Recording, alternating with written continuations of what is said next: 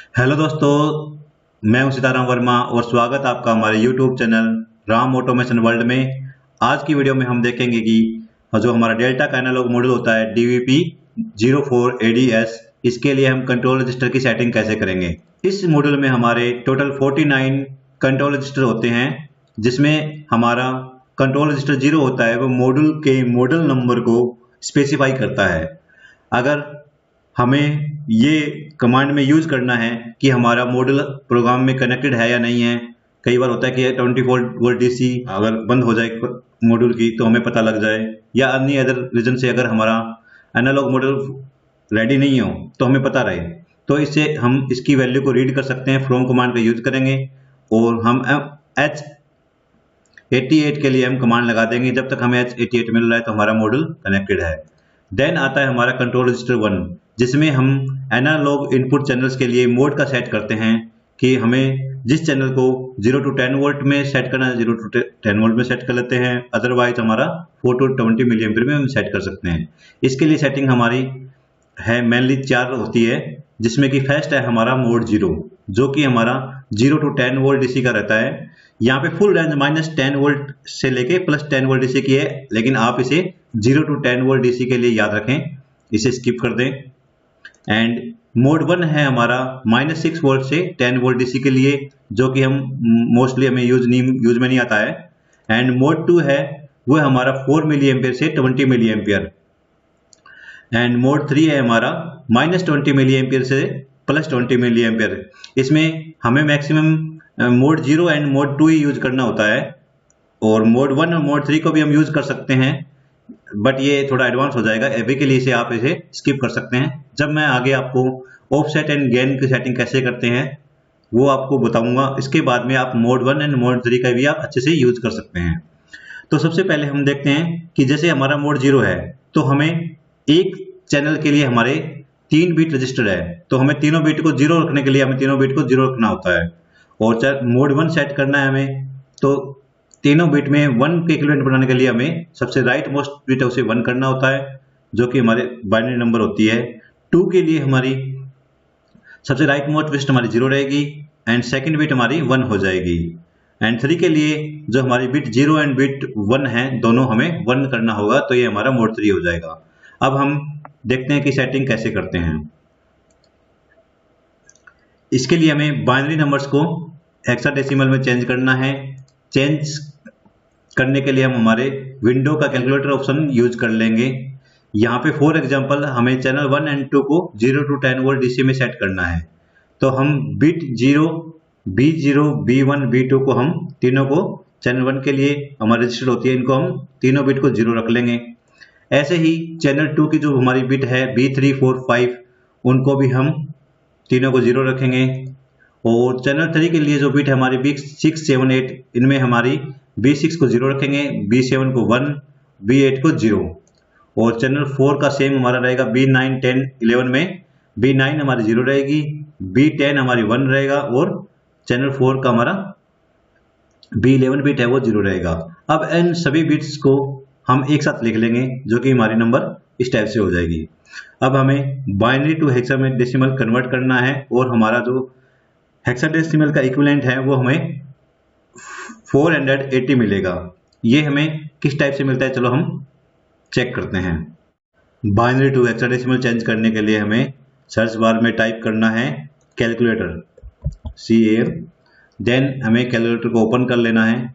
Open करने के बाद में हम कैलकुलेटर का मोड स्टैंडर्ड से लेके हमें प्रोग्रामर में कन्वर्ट कर लेना है। इसके बाद में हमें नंबर्स को चेंज करने का ऑप्शन मिल जाएगा। यहाँ पे हमारे 4 ऑप्शन है, हम इसे बाइनरी में सेलेक्ट कर लेते हैं और यहाँ पे हम वैल्यू एंटर करेंगे। वैल्यू एंटर करते टाइम हमें सबसे पहले चैनल 4 की वैल्यू एंटर करनी है, देन 3 की, देन 2 की, एंड फिर चैनल 1 की। तो मैं यहाँ से स्टार्ट करूँगा 010, 010, 000 एंड 000। तो चलते हैं हम कैलकुलेटर में, हम टाइप करेंगे 010, 010, 000, फिर 000। तो ये हमारा हेक्साडेसिमल में 480 के इक्विवेलेंट हो गया है। तो कंट्रोल रजिस्टर 1 में हम मूव करते टाइम इसे H480 मूव कर देंगे। तो ये हमारा एनालॉग चैनल को वोल्टेज एंड करंट मोड में सेट कर देगा, जिसमें कि हमारा channel 1 and 2 0 to 10 volt DC में रहेगा एंड चैनल 3 एंड 4 हमारा 4 to 20 मिली एम्पियर डीसी में सेट हो जाएगा। देन यहाँ पे हमने WPL सॉफ्टवेयर को ओपन किया हुआ है और हमारे कंट्रोल रजिस्टर 0 में एनालॉग इनपुट सेटिंग के लिए हमने कमांड लगाई हुई है और इधर से हम सेकेंडरी मोडबस मेथड के थ्रू हम एनालॉग मॉड्यूल के पैरामीटर राइट कर रहे हैं। तो हमें टू कमांड को इंसर्ट करने के लिए एक बार मैं आपको फिर से टाइप करके दिखाता हूं। हमें टाइप करना है TO2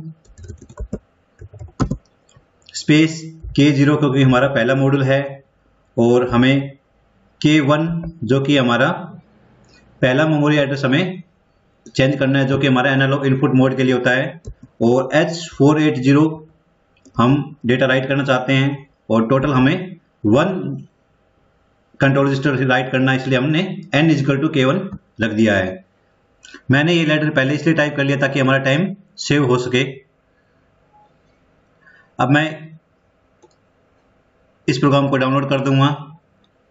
अभी बाय डिफॉल्ट हमारा कंट्रोल रजिस्टर 1 में 0 है, जो कि बताता है कि हमारे चारों चैनल 0 to 10 वोल्ट डीसी में सेट है।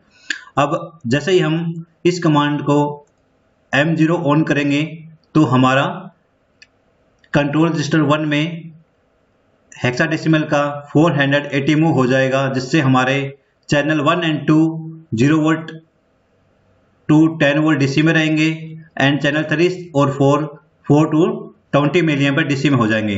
तो हम M0 ऑन करेंगे। M0 ऑन करते ही यहाँ पे हमारा इनपुट मोड सेटिंग में हमारा 480 मूव हो गया है और हमारे चैनल 1 और 2 हमारे 0 to 10 वोल्ट में है और 3 and 4 to 20 milliampere DC में है।